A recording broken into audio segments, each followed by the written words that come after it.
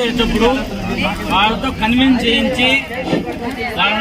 చేయించి పనికొచ్చేవాళ్ళు ఉపాధి హామీ వాళ్ళకి వచ్చేవాళ్ళకి వాళ్ళ చేత కన్విన్స్ చేయించి పని చేయించడం అది కరెక్ట్ అయిన పద్ధతి. కానీ ఏంటంటే మనం ఒకరిని రెచ్చగొట్టినట్టు మాట్లాడటం, మనం చేయటం అనేది మనస్సును బాధ పెట్టించినట్టుగా చేయకూడదు. ఎప్పుడైనా కానీ పని చేయించుకునేవటం మనం మంచితనంతోనే మనం మాట్లాడే విధానంతోనే వాళ్ళు పని చేయించుకోవాలి. మనం ఏంటంటే ఆటోమేటిక్గా దాని ఫోటో క్యాప్చర్ చేస్తాం దాన్ని. అందుకని ముందు నేను చెప్తున్న విషయం అనేది 2-3 సార్లు ఏంటంటే నేను ఇక్కడ పుదువులోనే చూసా. ఒక ఆమె ఖచ్చితంగా ఏంటంటే 6:30 బయలుదేరుతుంది, ఒక ఆమె ఏమంటే 7:30 బయలుదేరుతుంది, ఇంకొక ఆయన ఏమంటే 8 గంటలకు బయలుదేరుతారు. తర్వాత ఏంటంటే ఖచ్చితంగా 8:30 కూడా బయలుదేరే వాళ్ళు ఉండరు. నేను చూసి కూడా అడిగా, అమ్మ ఏడదాకానంటే కావాలని అడిగాను. అమ్మ ఏడకనంటే పనికి సారన్న, సరే తొందరగా బొమ్మ. సరే నేను ఇక్కడ చూసుకునేసి అక్కడికి 9:04 పోతే అక్కడ రెడీగా ఉన్నాను అన్నమాట. ఈ ఫోటో తీస్తే బయలుదేరి వచ్చేసి దానికి ఇంకా డబ్బులు ఎట్లా వస్తుంది?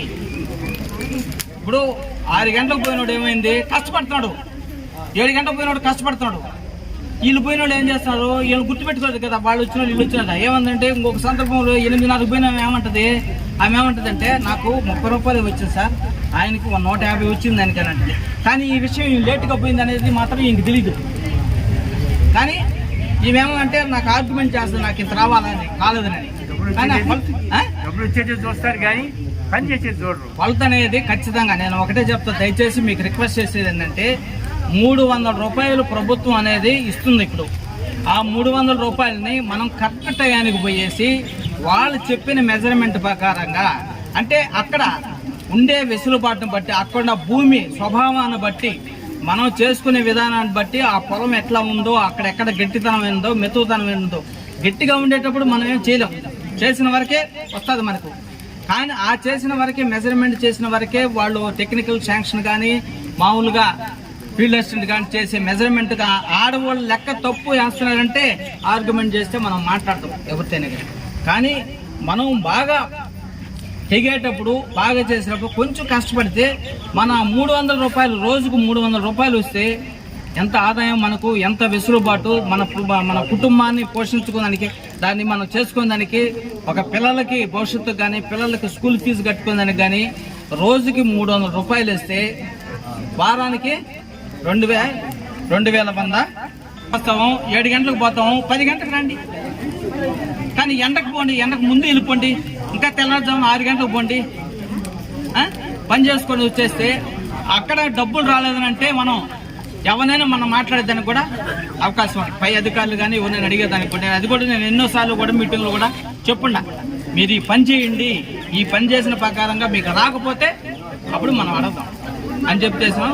దయచేసి మీరు అది మళ్ళా ఈ గ్రామ సభ ద్వారా మీకు అందరికి తెలియజేస్తున్నాను. ఉపాధి హామీ పనికి పోయేటప్పుడు మాత్రం కరెక్ట్ టయానికి పోయేసి వాళ్ళు చెప్పిన మెజర్మెంట్ ప్రకారం చేసుకుంటే 300 రూపాయలు మీకు ప్రభుత్వం చెల్లిస్తుంది. కాబట్టి మంచి ఈ అవకాశాన్ని సద్వినియోగం చేసుకుని మీరు ఉపయోగించుకోవడానికి కోరుకుంటున్నాను. తర్వాత మనకు గ్రామానికి ఏమేమి కావాల్సినటివి, ఏమేమి అవసరాలు అనేది మీరు తెలియజేస్తే ఆ తెలియజేసిన మేము నోట్ చేసుకుంటాం. మీకు ఉపాధి హామీ ద్వారా ఏది వచ్చినా కానీ ఏదైనా ఉన్నా కానీ ఆ విషయం కూడా మీరు తెలియజేసినా మేము నోట్ చేసుకోవడానికి కానీ మేము సంసిద్ధంగా ఉన్నాం.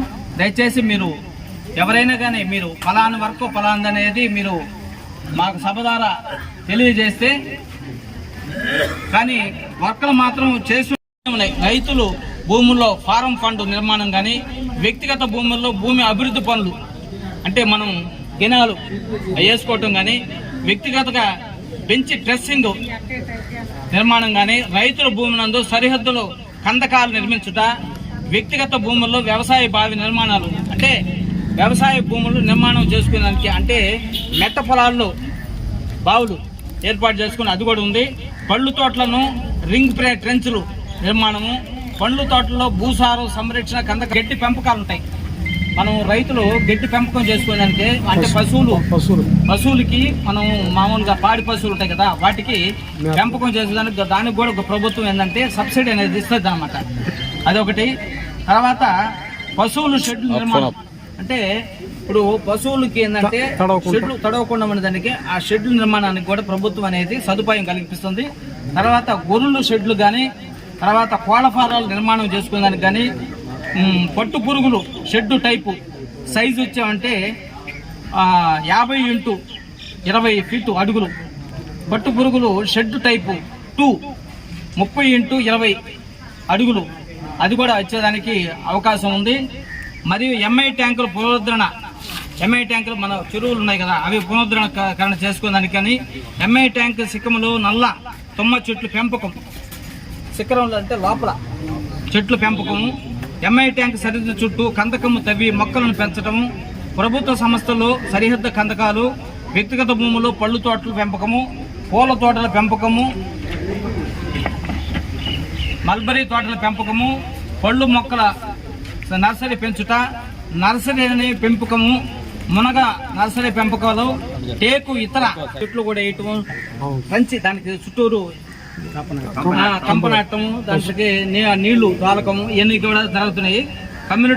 కమ్యూనిటీ భూముల్లో బ్లాక్ ప్లాంటేషను, మర అడవుల పెంపకము, పంట కాలువల పూడుకు తీయుట, ఇది చాలా మోస్ట్ ఇంపార్టెంట్. ఇది రైతులకి పంట కాలువలు అనేది కాలువలు పూడికిపోయి ఉంటాయి, అవి పెట్టుకుని దానికి కూడా ఉంది. అది గతం నుంచి ఎన్నో సంవత్సరాల నుంచి కూడా, ఎన్నో రోజుల నుంచి కూడా రైతులు అడుగుతున్నారు.